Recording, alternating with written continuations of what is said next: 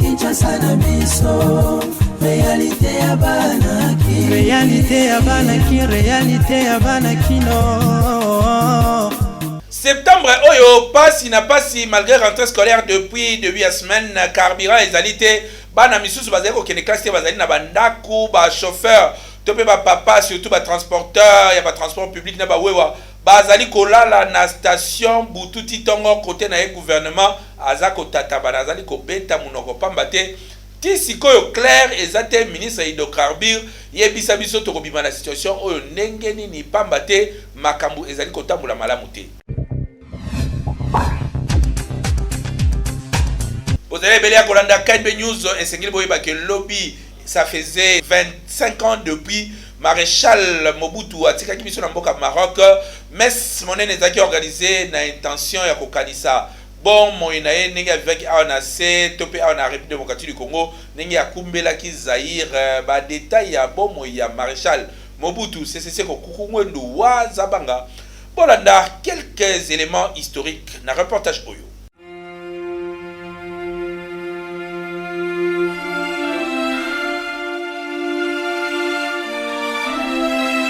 Mobutu CCC kokukungwendo wazabanga mwana ya papa Gwemani na mama yemo akufa na mboka ya Maroc na 1997 après masolo ya AFDL tangu bakotaka awa na République démocratique du Congo babengaka yango guerre ya libération. Mobutu akendaki en exil pe akendaki kokufa na mboka Maroc. Esengeli boyeba que Mobutu akufaka na âge à 67 ans après 32 ans de pouvoir awa na République démocratique du Congo ex Zaïre ezalaka ya koyinda mabe tango Mobutu azaki na pouvoir parmi ba makambo ya minene oyo asalaki ezalaki bongo africanisation topé azongisaki masolo na ndenge ya ki-Afrique ba prénom elongwaki na batu ba komé ko benga batu ba citoyen au lieu de ba messieurs asalaki ba réforme ya ndenge na ndenge sur le plan image tango Congo elongwaki Congo ekomaki Zaïre esengeli koyeba ke komba monene ya allié vraiment no babengaki combat du siècle esalama awa pona toujours kotombola bendele ya Zaïre pamba te ti lelo na monde entier ezali na ba isika mosusu babengaka ba congolais ya RDC kaka ba Zaïrois.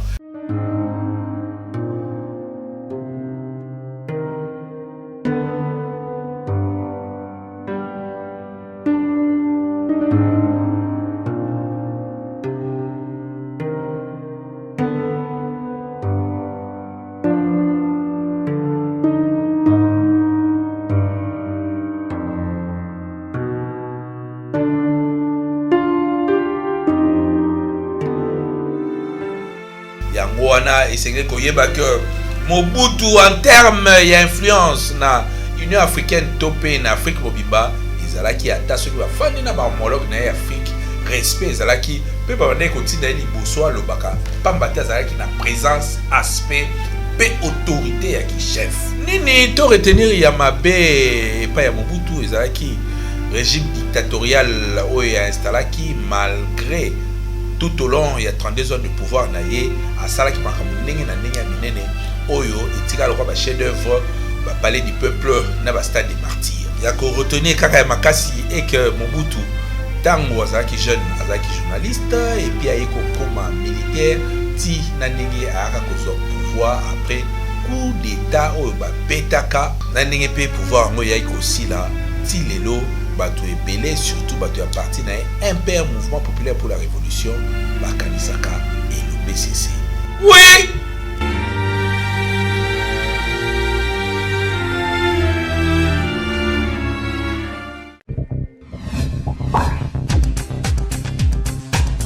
Conséquence ya carburant combattant na pompage kuna transport et mati milelo baninga bana batata ba mama bazali konoko ma pasi eleki bolanda message na bango de la ville province de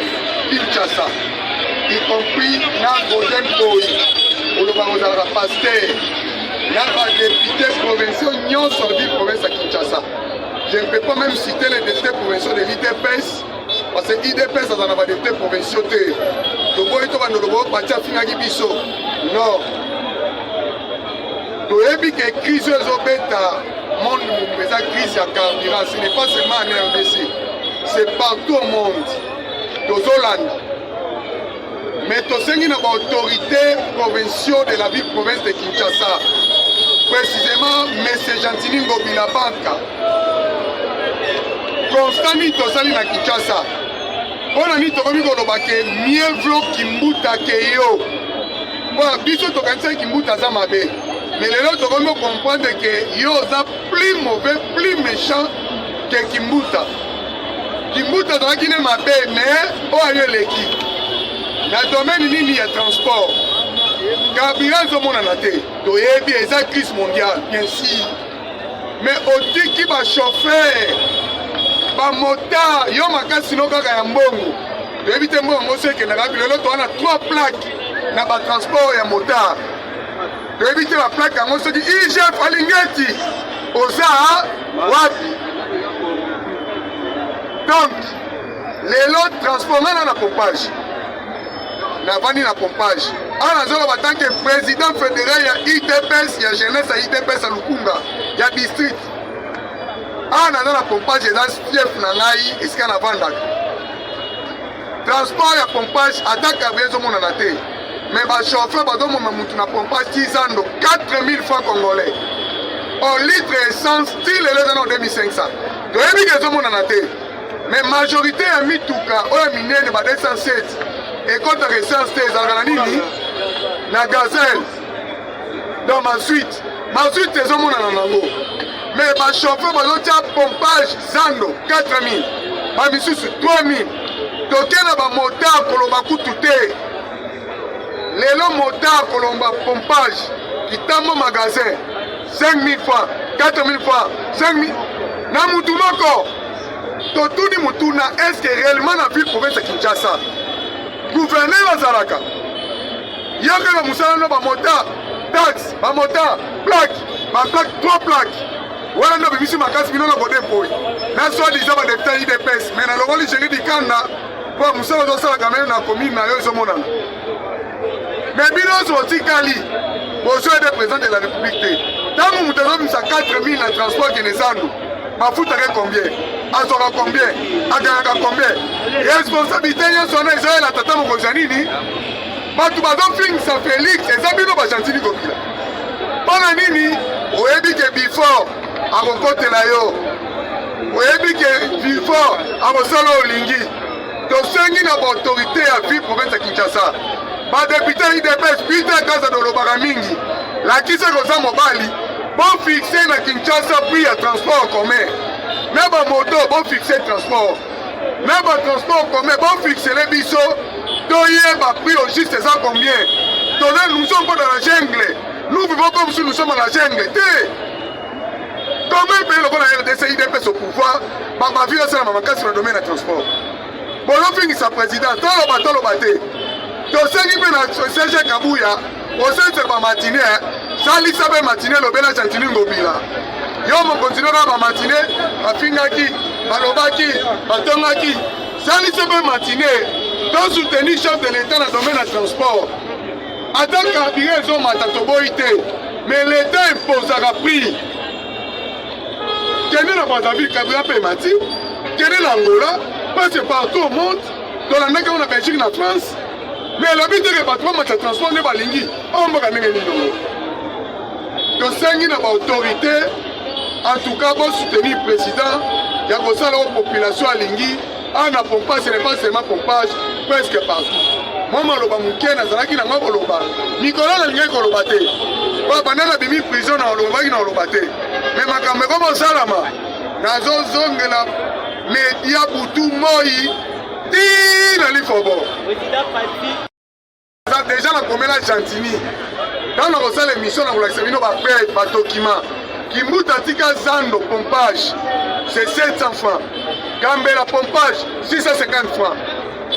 avant nanu mwa panike oyo ekota carburant oyo bachauffeur na biso déjà na pompage banomema zando 1500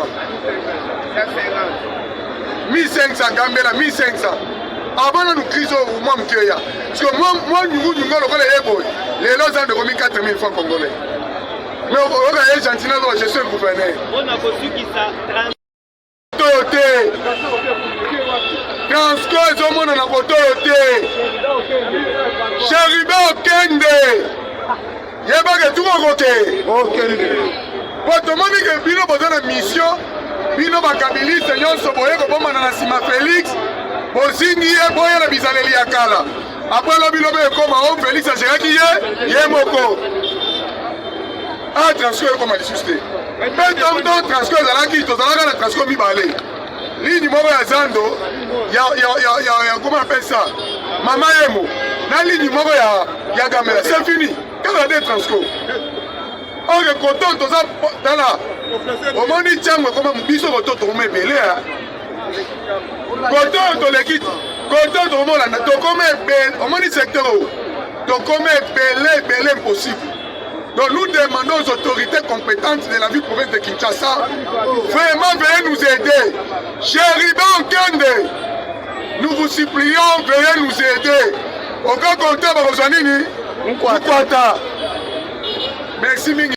Babouaki et Bembeli Bosso, il y a hôpital, il y a CNPP, sûrement criminel moko a sali ba salité quelque part avec Boaka, nzoto ya mutu o bakuti kuna ba détail bolanda on a reportage oyo Peki Lungazaki sur place. Oui, tous en un triangle à 50 mètres du CNPP sur la route de Kimwenza, commune à Lemba. Oui, Tokuti, un mort ici sans vie. Il semble que Naboutou faire 22 heures, Bakuluna Basalaki rage dans Zélo. Alors, l'information d'aujourd'hui, dans le quartier, va se revendiquer contre Bango. Kuluna Yomoko Talanengazali, et puis na sac, na Ndenge OPJ Atali, na carte Moko ya nani? Il y a policier, ceux qui va yibaki sac wana, Albayoko Sala Subi Yoma Awa, pour Bango, le côté de l'obscurité, na CNPP, Bakimilaka.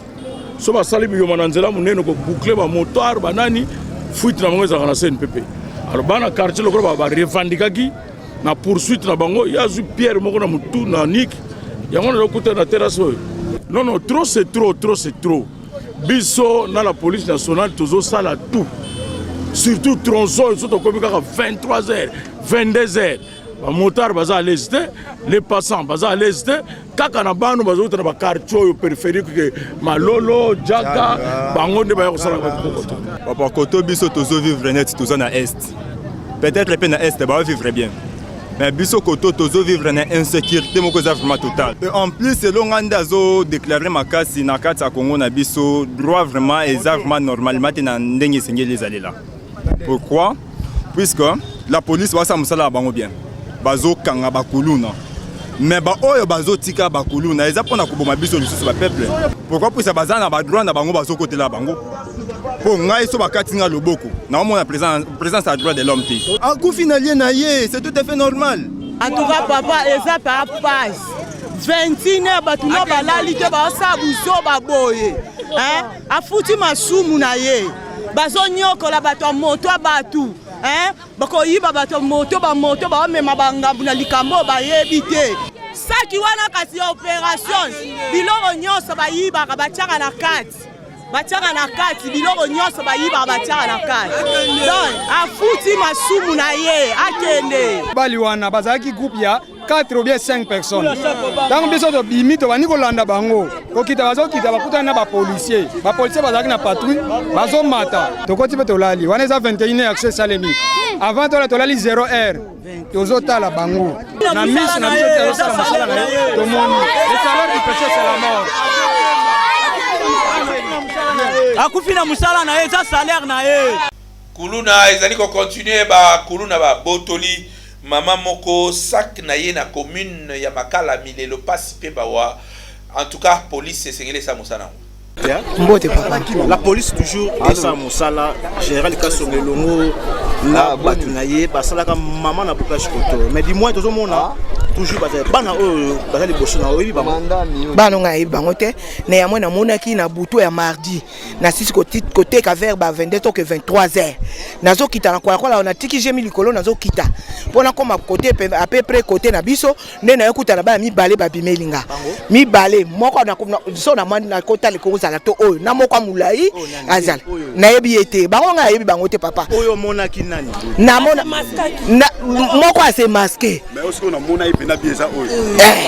moko ase masqué moko azaki torsini ekoko zala ye eza ye po oya mulai nde ye wana ne mtabibisela nga lisheti po akata ngai akata ngai ale oya bundani na ngato bundani na yebi lona yaki na ngwe kwei ti basale fo balongoli ngai nini oyo sac na zalaki na ole bazwika sac bakimi batikinga donc so na zalaki na sac ya mbongo te bano mbe babomanga babisaki ba machette babimisi nga ba lichette na mkongo amulai wana lichette atieka kaka boye papa police asala musana ngo eloko tozo regretter police aza soka zwi bango le ba koma kuna balandi ba pesi bambo ba mitini bango le charger ba pie bambo botiki bango bazongi lisusu biso to souffrir neti jour la lelo pona loba soko na lobi po lelo bazwa kinga godi yambo machette wala so ba beta kinga ngombe na kufaki lelo mbe ngo basamba na nani asala musana na ye soko bana baliko yoka te ba corriger bango so ba yoki te asala musana na ye.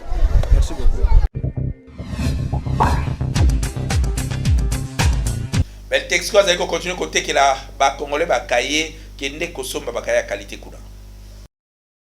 Toujours na souci ya kosunga mboka pe kosunga population congolaise kaka ndenge boyebeli société oyo monene na République démocratique du Congo Beltexco toujours pembeni ya population na ko accompagner bango na nyonso lelo lisusu ayeli bino ba kaye yao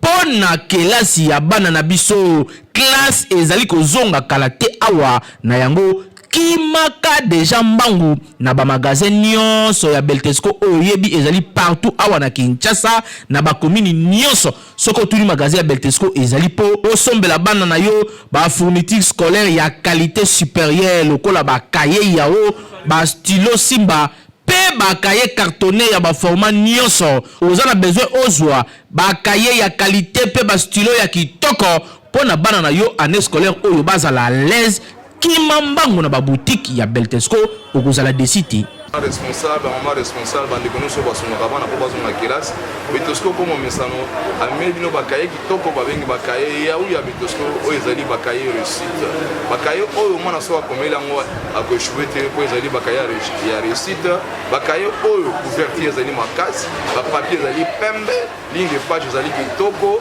et puis surtout beteni ezali sur kitoko makasi oya magasin na biso ya Beltexco ezana zone na monene osoma ba stock nyonso bolingi okena ba point de vente nyonso ya Beltexco l'intérêt à payer na ba succursale pourquoi pas awa la Kinshasa na ba distributeur bosoma ba kaye kitoko ezali ba kaye ya uya Beltexco et surtout stylo na biso ezali stylo simba ezokuwa ezokoma bana balingi yango mingi mbongo ekomi ya botangi yo ndongi kosala ba don na école ya kosala ba réservation na service commercial en tout cas ba kosala les livraisons à domicile tous à l'école avec les cahiers ya de la société Beltexco et stylo ko bosana te balobi tangu ozali kosomba kaye yao vérifier bien soki ezali na logo oyo ya Beltexco po ba mwifi bazali ebele oyo bazali ko pirater yango donc soko sombi ya mwanza ekolia yo okoumela nango te po ekosenga obakisa mususu kasi soki osombi ya Beltexco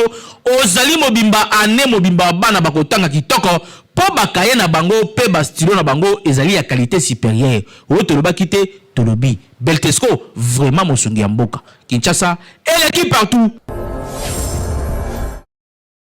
Parlement de Bouya pompage bazali ko continuer ko analyser actualité les kana kinenge ni lelo bolanda ba détena reportage oyo ya Jojo Nkushi. Viva Fatime, le peuple d'A. Toute une information est bon, madame chère combattante. Mais on a dit Moïse Katou. Alors, Baki, à solo, on a une yosa. Dans la lobby, à Colombienne, c'est que Fatime va mandater Wedwa. À l'université, va mandater à Ligo. Il ne peut vivre. Dans le commissaire, mandater, moi, Katou, Batini, Moutunaï, dans la dit qu'on va ici, on va dire, conserver l'union sacrée, Moïse Katou, dans le Bodazana. Comment tu veux que ça, un jour, Moïse Katou, oui, mon il ne peut vivre. À propos de ça, lobby. Parce que les manifestants sont calabigi. déjà ba ministre na eux ensemble là ba député c'est pas parti là-bas entre autres et les États IDPS vivre tala ba député na biso de Sambino baza miiba na resika ma sani affaire il y avait $20,000 chaque combattant a sous député de Fiotola depuis mboso le baki oba ko Fiotola ba comme le liba IDPS vivre na ba papa molero ba yaki pour la débolation de ce wana baki bulo Fatime ndo kiskote musique aisi chef de l'état alipo alikama bateke na mayaka ngaza mutu ya bandu yele mwana mame mambu maso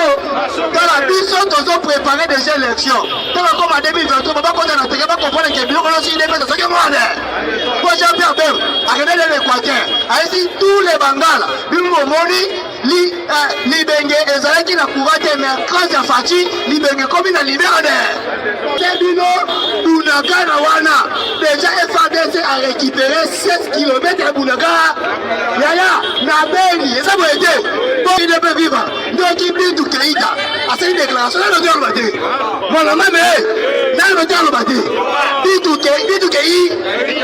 Keïta dit ça va aider allez le bloc ça va aider population et bandi ko chasser casque bleu pour de Sebino casque bleu afin dans la mboka tomona avantage d'ailleurs de vous ne fati to ya bien il faut bouso ba esi de moni population bito keleni et bitu ma parti et bitu ma biso nyo casque bleu liba chers combattants l'air est grave au biso squad faut de ça prendre en charge bolandi dide bidimbo de kwa jokabi pona makambo ya ko ravitailler ba station alobini biso kutu nzamba asunga po gouvernement da bimisi mbona bato wana ya ravitaillement ba SSTG ça nango mais le 14 septembre ndi makambo zo kende siko kito siko bino ma tela transport ani na l'hiver TikTok mokolo lelo et pesibiso masolo nini bolanda mobala nazaya yo te nazaya ye nande pia ker me nazaya ye yo bite ate yo go changer ngaye kopianga nani kopianga mandoi yo balisa go changer ba ki kombe ba destiné no ye bisema kamba polele mama laisse madame so ki biyoko ke tali yo ngakolo yo soko rate mobala fili libela yo wakebele ya kolanda biso merci pour la fidélité na bino nde tokutani mokolo ya lobi na cadre ya kan benyozo ezali premier magazine epesaka bino ba information en continu kasi na lingala magazine